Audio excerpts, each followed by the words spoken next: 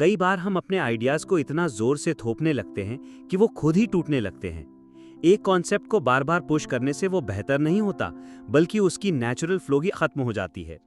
हम सॉल्यूशन से ज्यादा प्रॉब्लम को रिपीट करते रहते हैं और वहीं से फ्रस्ट्रेशन शुरू होता है। लेकिन ये फ्रस्ट्रेशन खुद में कोई एनिमी नहीं है, बल्कि एक इशारा है कि शायद हम गलत डायरेक्शन में सोच रहे हैं। यहीं से शुरू होती है किताब don't force it, solve it की जर्नी। अब शुरू करते हैं इसका पहला चैप्टर, और ऐसा चैप्टर जो सोच बदल सकता है। इस किताब में है टोटल 10 चैप्टर, और आखिरी वाला चैप्टर आपके दिमाग में ऐसा स्पार्क लाएगा जो शायद किसी भी स्ट्रैटेजी से बड़ा होगा। चैप्टर 1, प्रॉब्लम को समझना सीखो। कभी कभी जिंदगी या काम में जो चीज सबसे ज्यादा रुकावट बनती है वो ये नहीं कि हमारे पास सल्यूशन नहीं है, बल्कि ये कि हम असल में प्रॉब्लम को ठीक से पहचान ही नहीं पाते। हम बस ऊपर ऊपर से सोचते हैं और जो पहली चीज दिखती है उसी को फिक्स करने लगते हैं। लेकिन सच तो यह है कि असली चैलेंज वही होता है जहां हमें ठीक से समझ ही नहीं आता कि गलती कहां है। इस चैप्टर में यह साफ होता है कि किसी भी सिचुएशन को फेस करने से पहले उस पर सही एंगल से नजर डालना जरूरी होता है। मान लो आपको किसी ऐप में लैग महसूस हो रहा है, तो आप सीधा कोड को ठीक करने बैठ जाते हो। लेकिन हो सकता है प्रॉब्लम आपकी थिंकिंग प्रोसेस या यूजर नीड के क्लैरिटी में हो। जब आप किसी सिस्टम को सिर्फ ऊपर से देखते हो तो आप सिम्टम्स को समझते हो, पर जब आप उसके अंदर उतरते हो और रूट लेवल पर जाकर सोचते हो, तब आपको पता चलता है कि एक्चुअल इशू क्या है, और यहीं से डिजाइन मीनिंगफुल बनता है। इसलिए सॉल्यूशन शुरू करने से पहले पॉज लेकर सोचना जरूरी होता है कि असली पॉइंट क्या है। क्या यूजर को वही चाहिए जो वो बोल रहा है, या उसे भी नहीं पता कि उसे चाहिए क्या? ये सोचने का तरीका न सिर्फ आपका टाइम बचाता है, बल्कि आपको ऐसे आइडियाज तक ले जाता है जो शायद नॉर्मल थिंकिंग से कभी सामने ना आए। चैप्टर 2, एम्पैथी के साथ सोचो। जब आप किसी और के लिए कुछ क्रिएट करते हो, चाहे वो एक वेबसाइट हो, ऐप हो, सर्विस हो या कोई पर्सनल सपोर्ट, तो सिर्फ ये जान लेना काफी नहीं होता कि सामने वाला क्या मांग रहा है।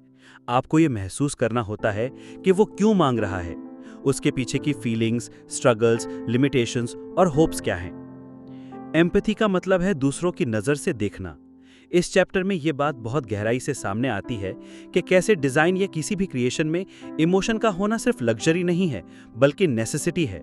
जब आप एम्पैथी के साथ काम करते हो तो आपका सल्यूशन इंसान से जुड़ता है, सिर्फ मशीन से नहीं। मान लो आप एक सॉफ्टवेयर बना रहे हो जो स्टूडेंट्स के ऑनलाइन एग्जाम को आसान करे, तो आप सिर्फ प्रोसेस को देखोगे तो शायद आप टाइमिंग्स और क्वेश्चंस के बारे में सोचोगे। लेकिन जब आप एम्पैथी के साथ सोचते हो तो आप उस यूजर की एंजाइटी, इंटरनेट की समस्या या एक साथ पढ़ाई और पार्ट टाइम जॉब मैनेज करने की टेंशन को भी समझने लगते हो। यही एम्पैथी आपको मजबूर करती है कि आप ऐसा सोल्यूशन क्रिएट करो जो सिर्फ फंक्शन न करे बल्कि फील करे। जैसे कोई ऐप जो विजुअली इंपेयर्ड लोगों के लिए वॉइस फीचर के साथ आए, या कोई पेमेंट सिस्टम जो उन लोगों को भी ध्यान में रखे जो पहली बार ऑनलाइन बैंकिंग यूज कर रहे हैं। ये समझ आपकी थिंकिंग को अगले लेवल पर ले जाती है, जहां सक्सेस सिर्फ क्लिक्स या डाउनलोड से नहीं नापी जाती, बल्कि उस स्माइल से नापी जाती है जो आपने किसी यूजर के चेहरे पर लाई। चैप्टर 3, प्रोसेस फ्लेक्सिबल रखो। डिजाइन का सफर हमेशा स्ट्रेट नहीं होता। ये वो रास्ता है जहां कभी कभी सब कुछ स्मूथ लगता है और कभी हर कदम पर रीथिंक करना पड़ता है। लेकिन दिक्कत तब होती है जब हम उस रास्ते को एक फिक्स्ड फॉर्मूला की तरह ट्रीट करने लगते हैं। ऐसा लगता है जैसे हमने एक बार जो सोच लिया वही फाइनल है। लेकिन सच तो यह है कि अगर प्रोसेस में फ्लेक्सिबिलिटी नहीं है तो क्रिएटिविटी दम तोड़ देती है। इस चैप्टर में एक बात बहुत साफ होती है कि हर आइडिया, हर प्लान, हर फ्रेमवर्क को बार बार मोल्ड किया जा सकता है। अगर कोई आइडिया आज काम नहीं कर रहा तो उसे छोड़ देना कमजोरी नहीं है, बल्कि वो मैच्योरिटी है। जब आप अपने थॉट्स या स्ट्रैटेजी को रिजिड बना लेते हो तो आप हर उस पॉसिबिलिटी को रिजेक्ट कर देते हो जो शायद गेम चेंजर बन सकती थी। जैसे मान लो किसी प्रोडक्ट की यूजर जर्नी परफेक्ट लग रही थी, लेकिन जब रियल यूजर उसे टेस्ट करता है और कुछ अलग रिएक्ट करता है तो आपको अपना थिंकिंग पैटर्न अडेप्ट करना पड़ता है, और यही अडेप्टेशन सबसे स्ट्रॉन्ग स्किल बन जाती है। प्रोसेस में जगह छोड़ो, गलतियां अलाउ करो और हर बार सीखने के लिए रेडी रहो। यही रियल स्मार्टनेस है। फ्लेक्सिबिलिटी कोई लूजली प्लान्ड केओस नहीं होती, वो एक थॉटफुल चॉइस होती है जो आपको लगातार इवॉल्व करती है, आपकी डिजाइन थिंकिंग को भी और आपके माइंडसेट को भी। चैप्टर 4, टीम के साथ थिंकिंग ग्रो करो। कभी गौर किया, जब आप किसी चैलेंज को अकेले फेस करते हो तो आपकी सोच सिर्फ आपके एक्सपीरियंस तक ही सीमित रह जाती है, लेकिन जब अलग अलग बैकग्राउंड वाले लोग एक साथ बैठते हैं तो वो हर व्यक्ति अपनी लेंथ से देखने लगता है और वही चीज किसी सिंपल आइडिया को एक्स्ट्रॉर्डिनरी बना देती है। इस चैप्टर में ये साफ झलकता है कि टीम वर्क किसी डेडलाइन तक पहुंचने का शॉर्टकट नहीं है, बल्कि एक माइंडसेट होता है। टीम का मतलब सिर्फ काम बांटना नहीं होता। टीम वो जगह होती है जहां आइडियाज टकराते हैं, उलझते हैं और फिर एक नए डायरेक्शन में खुलते हैं। जब कोई डिजाइनर किसी डेवलपर के साथ बैठकर एक इंटरफेस डिस्कस करता है या कोई मार्केटिंग एक्सपर्ट यूएक्स के बारे में सवाल करता है, तो कई बार ऐसे सॉल्यूशंस निकलते हैं जो अकेले बैठे बैठे सोचना मुमकिन नहीं होता। टीम वर्क सिर्फ एग्जीक्यूशन को तेज नहीं करता, ये इमेजिनेशन को पुश करता है। और यहाँ सबसे जरूरी चीज होती है सुनना। सिर्फ अपनी बात कहने के लिए नहीं, बल्कि दूसरों की सोच को पूरी अटेंशन से समझने के लिए। जब आप किसी की बात में वैल्यू ढूंढते हो तो आपकी सोच नेचुरल तरीके से एक्सपैंड होती है। असल कोलैबोरेशन वहीं होता है जहां ईगो नहीं होता, बस एक शेयर्ड इंटेंशन होता है, कुछ ऐसा बनाना जो यूजर की लाइफ जेन्युइनली बेटर करे। और यही माइंडसेट किसी भी प्रोजेक्ट को फंक्शनल से इमोशनल बना देता है। चैप्टर 5 एक्सप्लोरेशन को अलाउ करो। कभी कभी हम इतने ऑब्सेस्ड हो जाते हैं परफेक्ट रिजल्ट पाने में कि हम उस रास्ते को एंजॉय ही नहीं कर पाते जहां असली मैजिक छिपा होता है। डिजाइन या किसी भी क्रिएटिव काम में परफेक्शन एक इल्यूजन होता है और एक्सप्लोरेशन एक जरिया। जब आप एक्सप्लोर करना अलाउ करते हो तब हर स्टेप पर कुछ नया सीखते हो, कभी इंटेंशनली और कभी एक्सीडेंटली। इस चैप्टर की सबसे खास बात यह है कि ये आपको उस फ्रीडम से मिलवाता है जिससे आपने शायद बहुत समय पहले रिश्ता तोड़ लिया था। अक्सर स्कूल, जॉब या किसी कॉर्पोरेट एनवायरनमेंट में हमसे कहा जाता है कि फेल मत होना, लेकिन यहां बताया गया है कि फेलियर असल में एक फीडबैक होता है। जब आप ट्राई करते हो, कुछ नया टेस्ट करते हो, इवन अगर वो काम ना करे, वो आपके कॉन्फिडेंस को बिल्ड करता है। इमेजिन करो आप किसी ऐप का लेआउट बना रहे हो और पहली बार में कोई भी डिजाइन आपको फिट नहीं लग रहा।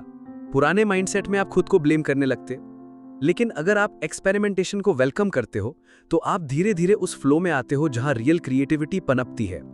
यही एक्सपेरिमेंटेशन आपको कंफर्ट जोन से बाहर ले जाता है और वहीं ओरिजिनलिटी जन्म लेती है। इस पार्ट में एक्सप्लोरेशन को एक मेसी लेकिन मीनिंगफुल जर्नी की तरह दिखाया गया है। जब आप रिजिड प्रोसेस छोड़कर एक्सप्लोर करते हो तब सॉल्यूशन भी एकदम फ्रेश लगता है, और सबसे जरूरी बात, वो सिर्फ काम का नहीं, दिल से कनेक्ट करने वाला बन जाता है। चैप्टर 6 टूल्स को पर्पस से जोड़ो। आज हमारे पास इतने टूल्स, ऐप्स और प्लेटफॉर्म्स हैं कि कभी कभी लगता है काम कम है और डिस्ट्रैक्शन ज्यादा।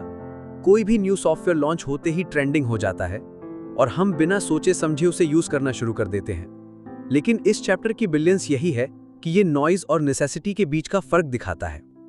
टूल की वैल्यू उसकी शाइन में नहीं होती, बल्कि उसके इम्पैक्ट में होती है। मान लो आपके पास एक हाई एंड लैपटॉप है या कोई पॉपुलर डिजाइन सॉफ्टवेयर, लेकिन अगर आपको ये पता ही नहीं कि उसे यूज क्यों करना है तो वो सिर्फ एक डेकोरेशन बनकर रह जाता है। इसी तरह फीडबैक टूल हो या कोई ऑनलाइन ऐप, जब तक उसका पर्पस आपके रियल प्रॉब्लम से जुड़ा नहीं है तब तक वो सिर्फ डेटा कलेक्ट करेगा, डेप्थ नहीं। यहाँ एक बहुत ऑनेस्ट बात कही गई है कि हर टूल एक सोल्यूशन नहीं होता और हर फैंसी ऐप आपका प्रोसेस इंप्रूव नहीं करता। अगर आपने अपने गोल्स, प्रोसेस और यूजर की नीड्स को साफ डिफाइन नहीं किया है तो कोई भी टूल आपकी हेल्प नहीं कर पाएगा। टेक्नोलॉजी तभी काम की होती है जब वो थॉट के साथ जुड़ी हो, ना कि सिर्फ ट्रेंड के साथ।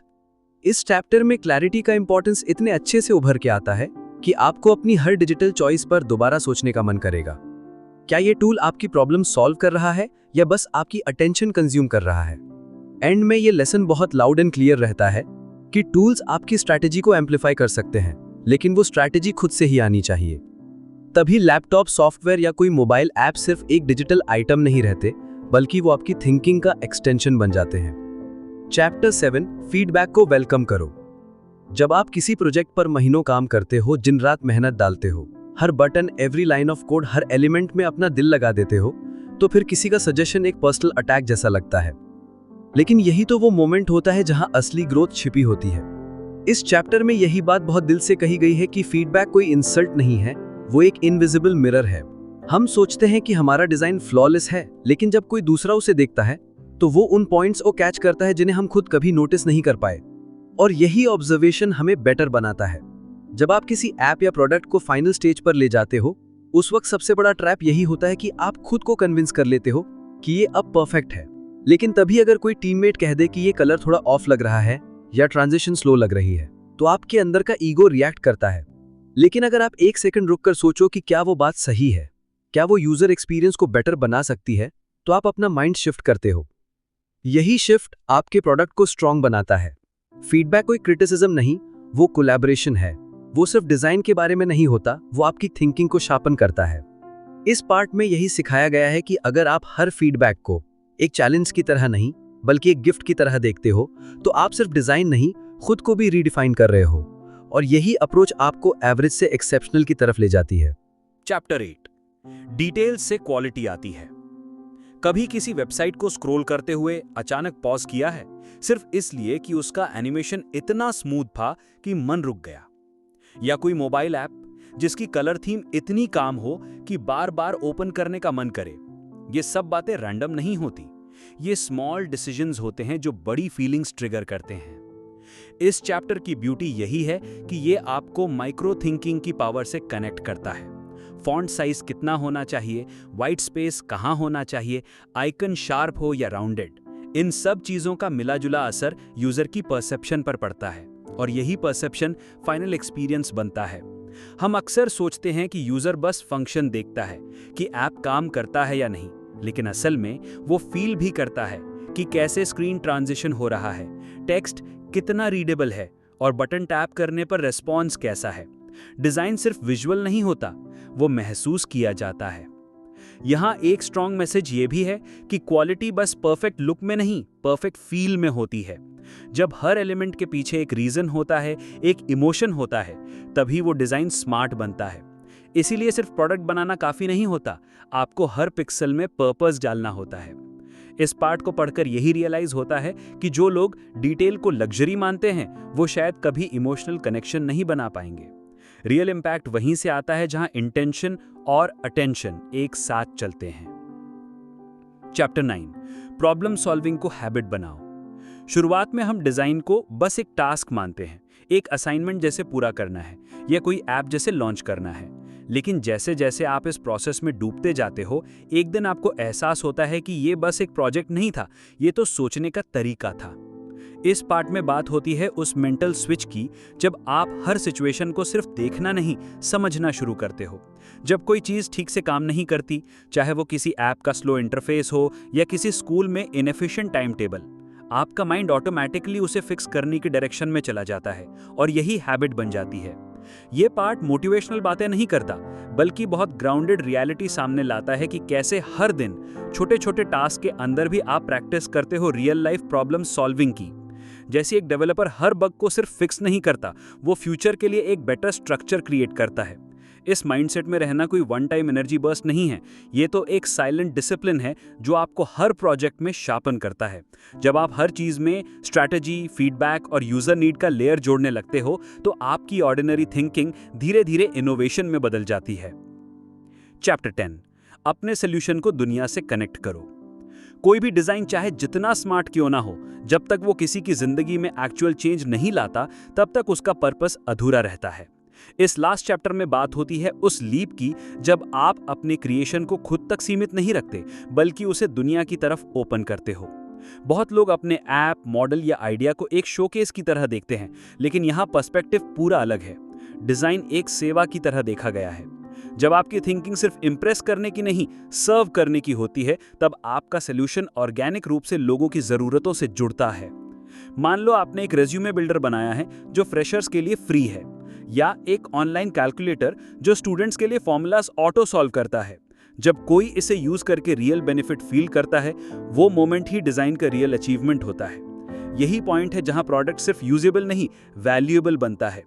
इस पार्ट में यही बताया गया है कि सक्सेस सिर्फ अवार्ड्स या अप्रिसिएशन में नहीं होती, वो उस साइलेंट इम्पैक्ट में होती है जो आप किसी अननोन यूजर की लाइफ में क्रिएट करते हो। और जब आप उस इम्पैक्ट को विटनेस करते हो, तो वो सेटिस्फैक्शन किसी भी ट्रॉफी से बड़ा फील देता है। अगर इस पूरी जर्नी ने आपके सोचने के तरीके को टच किया और आप चाहते हो कि आपके दोस्त या आपकी टीम भी इसी माइंडसेट को अपनाएं, तो ये वीडियो व्हाट्सएप पर, इंस्टाग्राम स्टोरी में या अपने किसी क्रिएटिव सर्कल में ज़रूर शेयर करना। और अगर आपको लगता है कि ऐसे बुक समरीज आपकी क्रिएटिव जर्नी को एक्सेलरेट करती हैं, तो अभी बुक्स पल्स को सब्सक्राइब करना मत भूलना। अगली बार जब आप इस चैनल पर आएंगे तो यहाँ मिलेगा एक और आई ओपनिंग किताब की समरी जो आपकी सोच को नेक्स्ट लेवल तक ले जाएगी। नेक्स्ट वीडियो में फिर मिलेंगे एक और डीप थिंकिंग वाली बुक के साथ जो शायद आपकी सोच को पूरी तरह रिवर्स कर दे।